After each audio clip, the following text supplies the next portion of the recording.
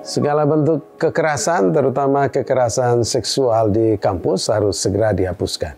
Mahasiswa maupun lulusannya harus lulus dalam keadaan sehat dan bahagia. Komitmen implementasi PPKS ini harus bergerak dari kami yang adalah pemimpin lebih dahulu. Kami menerbitkan Peraturan Rektor nomor 8 tahun 2022 sebagai turunan dari Permendikbudristek 30 tahun 2021. Yang kemudian wujudnya adalah kami membentuk pansel dan selanjutnya Satgas PPKS.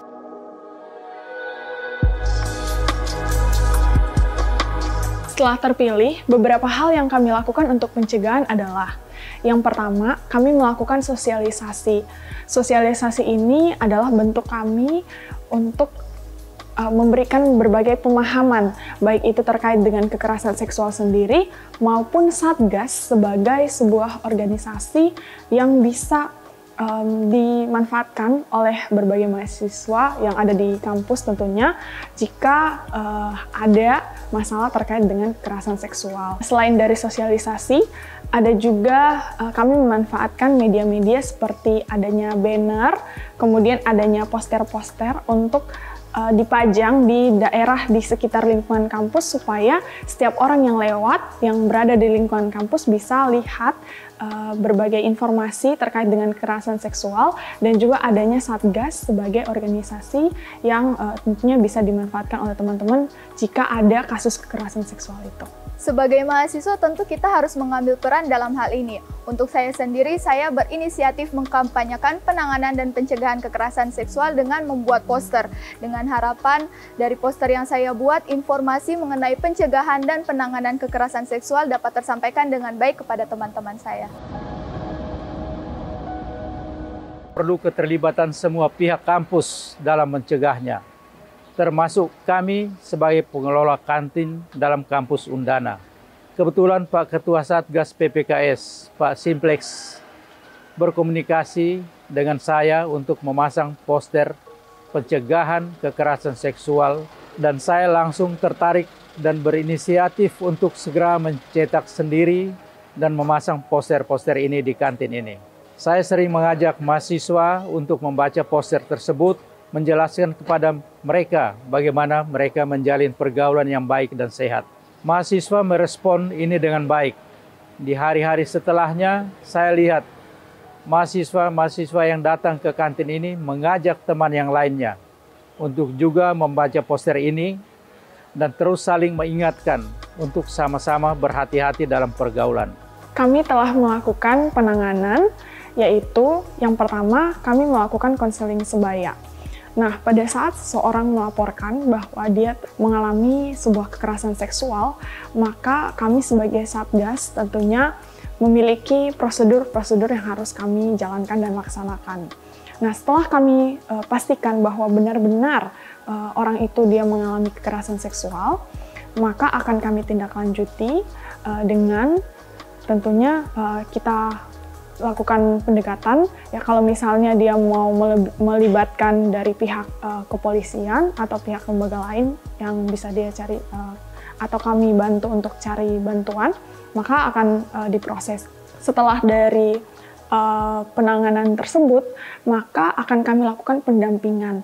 Nah, pendampingan ini tentunya dari pihak Satgas itu kami bukan hanya terdiri dari orang-orang kedokteran atau orang-orang hukum saja, tetapi ada juga dari lingkup psikolognya, sehingga teman-teman kami yang dari bidang psikolog itu bisa membantu si korbannya ini untuk pemulihan kasusnya.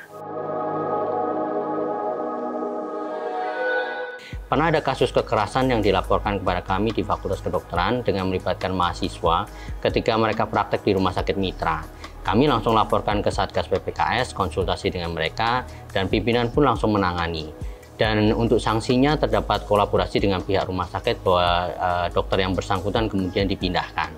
Kemudian untuk mahasiswa sendiri juga ada proses perlindungan di mana kami langsung menarik mereka dari rumah sakit tersebut, dan untuk pemulihannya kami konsultasikan ke psikolog yang masuk di dalam tim Satgas juga.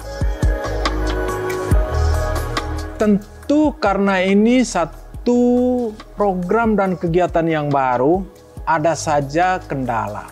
Kendala yang umum terjadi itu biasanya adalah pertama, kurangnya infrastruktur. Tetapi kita dapat mengatasi itu melalui jejaring. Juga kekurangan sumber daya kita atasi dengan jejaring. Sebagai contoh, kita di sini memang sebagian besar anggota kita, anggota Satgas kita adalah para psikolog yang dosen. Tapi ternyata psikolog ahli itu kita belum punya. Nah, cara untuk mengatasi kekurangan itu adalah dengan menjaring kerjasama dengan rumah sakit jiwa. Membuat MOU sehingga kalau ada pendampingan kasus yang memang membutuhkan tenaga ahli, kita atasi dengan itu. Hal yang berikut, kita juga punya kerjasama dengan kepolisian, terutama Des Perempuan dan Anak, agar membantu kita ketika ada laporan kasus, mereka melibatkan kita dalam pendampingan, terutama pendampingan korban. Dan juga sebetulnya kepolisian daerah di sini memiliki rumah sakit Bayangkara. Kita juga punya nota kesepahaman dalam pengertian apabila korban membutuhkan visum et repertum untuk pembuktian kasus, kita minta agar difasilitasi oleh rekan-rekan di Polda. Sejak diimplementasikannya kebijakan PPKS di Undana ini, saya melihat ada beberapa dampak perubahan positif. Misalnya dari sisi pimpinan, mereka menjadi lebih berani. Jika ada kasus kekerasan seksual, mereka lebih berani untuk tidak menutup-nutupi. Jika ada kekerasan memang langsung ditangani. Bahkan untuk penanganan kasus yang melibatkan dengan mitra, itu juga saya lihat mereka juga berusaha dengan supaya sungguh-sungguh di situ. Perubahan positif dari sisi mahasiswa, saya lihat mereka lebih mengerti mana yang masuk di dalam kekerasan seksual, mana yang tidak. Mereka menjadi lebih berani untuk melaporkan dan mereka lebih berani untuk speak up. Dosen pun menjadi lebih paham mana yang masuk ke dalam kekerasan seksual, termasuk mereka mampu menerapkannya di dalam proses belajar mengajar. Dampak positif tentu ada ya secara signifikan. Yang pertama itu saya merasa bahwa kesadaran mahasiswa terkait kekerasan seksual itu mulai meningkat terkait pencegahan dan penanganannya. Kemudian yang kedua, saya sebagai mahasiswa yang perempuan sendiri juga merasa lebih aman sekarang untuk kemana-mana atau untuk beraktivitas. Kemudian yang ketiga, perilaku mahasiswa sekarang yang sudah berubah. Di mana dulu ada istilah bercandaan yang disebut catcalling yang dulu mungkin sering dilakukan, sekarang itu sudah berkurang, hampir tidak ada. Sebelum adanya program kekerasan seksual di dalam kampus Undana, terbilang sangat rawan, baik bagi para mahasiswa maupun bagi pengunjung yang datang bermain di dalam kampus Undana. Sekarang Undana setelah melaksanakan program anti kekerasan, sudah sangat berkurang sekali kekerasan dalam Undana.